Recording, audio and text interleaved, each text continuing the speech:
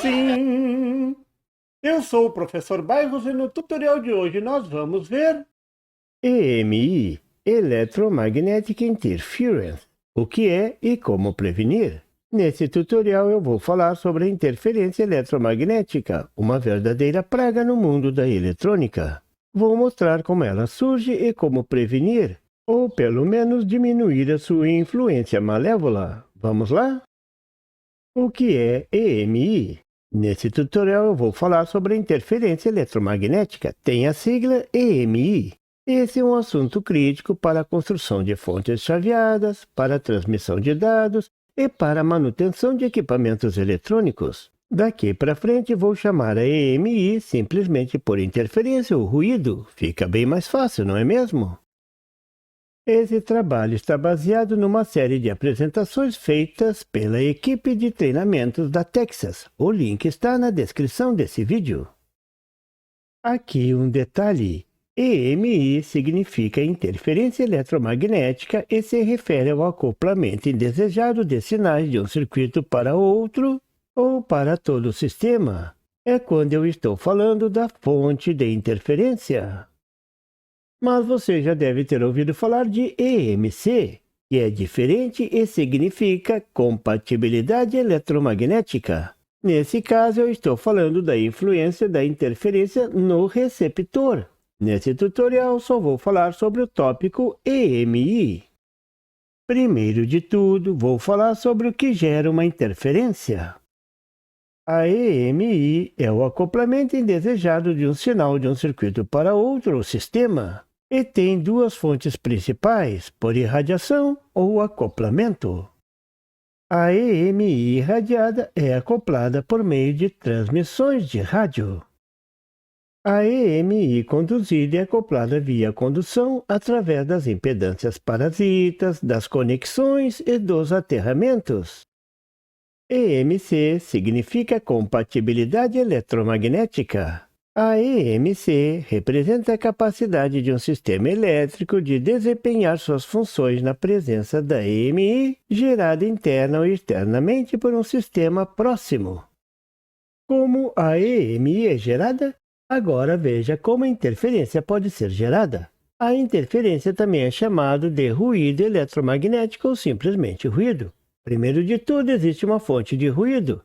Veja agora como esse ruído pode se propagar.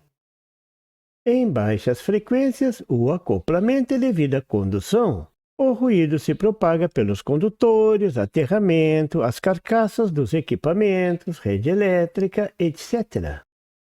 Nas frequências médias, os campos elétricos e magnéticos são os mecanismos de acoplamento, como as trilhas paralelas nas PCIs. Os transformadores e indutores próximos de componentes são bons exemplos desse tipo de propagação. Em altas frequências, o acoplamento é por radiação, como as antenas, linha de transmissão, equipamentos que trabalham em altas frequências, como fontes chaveadas, inversores, amplificadores classe D e até mesmo as faíscas geradas por um relé. São exemplos dessas fontes de ruídos. Esses quatro mecanismos são os responsáveis por gerar a interferência e atrapalhar o funcionamento dos equipamentos suscetíveis a essas interferências. A fonte chaveada. As fontes chaveadas são grandes geradores de ruídos. Isso todo técnico eletrônico está careca de saber. E são muitas as causas, vou listar algumas. O ruído é gerado devido às grandes potências envolvidas. O circuito de chaveamento dos transistores e diodos é fonte de ruído. A variação rápida das tensões e correntes típicas de ondas quadradas geradas nesse circuito são fontes de ruído. A falta de blindagem ou blindagem mal projetada ajuda a propagar o ruído. E claro, as pragas dos circuitos eletrônicos, as indutâncias e capacitâncias parasitas, também são fontes de ruídos. CISPR. Que as interferências existem, elas existem. Mas como medir? Quem faz essas medições e testa os equipamentos? Sim, existe um comitê que cria os padrões e as formas de medições. é o CISPer. As normas são criadas e laboratórios testam os equipamentos conforme as normas. Veja o laboratório da Universidade do Paraná. O equipamento é colocado dentro de uma sala livre de interferências externas, uma antena capta o sinal e um analisador de espectro analisa o sinal. Que lugar fantástico! Aqui você pode ver o laboratório da Texas com o analisador de espectro. E na tela do PC, o resultado. Aqueles picos indicam a intensidade do sinal das harmônicas, que são, em última análise, as interferências.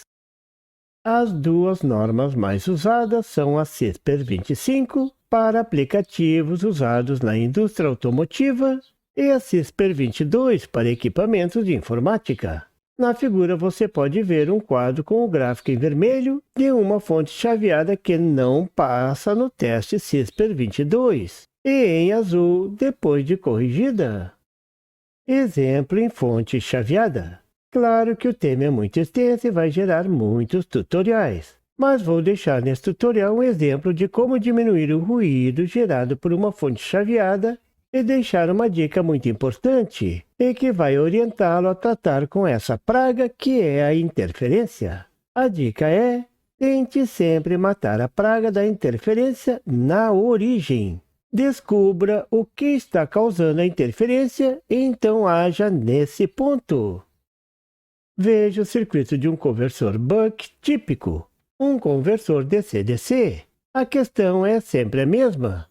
O circuito cria pulsos de correntes e esses pulsos são os causadores das irradiações, os ruídos, as interferências.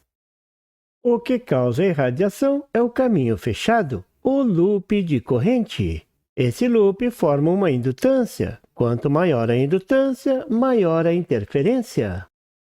Quanto maior a área desse loop, maior a indutância, maior a interferência. Agora fica fácil diminuir a interferência. É só diminuir a área do loop. Como fazer isso? Aproximando o capacitor do circuito de chaveamento. Como fazer isso na prática? Veja o exemplo mostrado no tutorial da Texas usando o CI LM7360 para uma fonte chaveada simples. Veja os pinos onde o capacitor deve ser ligado. O terra PGND e a entrada da fonte PVIN. O capacitor deverá ser ligado entre o terminal de entrada de alimentação e o terra, mas o mais próximo possível. Esse é o transistor do lado de alta, Q1. E esse é o transistor de chaveamento Q2 ligado ao terra. Veja que o fabricante deixou os terminais bem próximos para diminuir o loop do capacitor. O pessoal da Texas fez um experimento simples. Montou o capacitor longe dos pinos e depois montou bem próximo e fez os testes. Veja o resultado na figura. Em tracejado, o limite para provar o teste no padrão CISPer 22. Em vermelho, o resultado do teste com o capacitor um pouco mais distante dos pinos. Note que nas frequências próximas de 60 MHz, o nível do sinal fica acima do limite. Veja agora o resultado em azul com o capacitor montado bem perto dos terminais. O nível baixou consideravelmente. Veja a placa de teste com o capacitor montado bem próximo. Nesse mesmo trabalho, o pessoal da Texas acrescentou um filtro à alimentação e mostrou como isso melhora a emissão de ruído. E mais, mostrou como projetar o filtro e toda a fonte usando um aplicativo muito prático da Texas. Mas isso eu vou mostrar nos próximos tutoriais. Você viu nesse tutorial uma introdução à interferência eletromagnética, a famosa EMI. Viu um exemplo de como diminuir a interferência diminuindo os loops de correntes no circuito. É claro que o tema é vasto e teremos muitos tutoriais pela frente, mas agora você já sabe o básico. Então estamos prontos para aprofundar o tema. Aguarde! E por favor, se você não é inscrito, se inscreva e marque o sininho para receber as notificações do canal. E não esqueça de deixar aquele like. e compartilhar para dar uma força ao canal do Professor Bairros. E não tem site? Tem sim, é www.bairrospd.com. Lá você encontra o PDF e tutoriais sobre esse e outros assuntos da eletrônica. E fique atento ao canal do Professor Bairros para mais tutoriais sobre eletrônica. Até lá!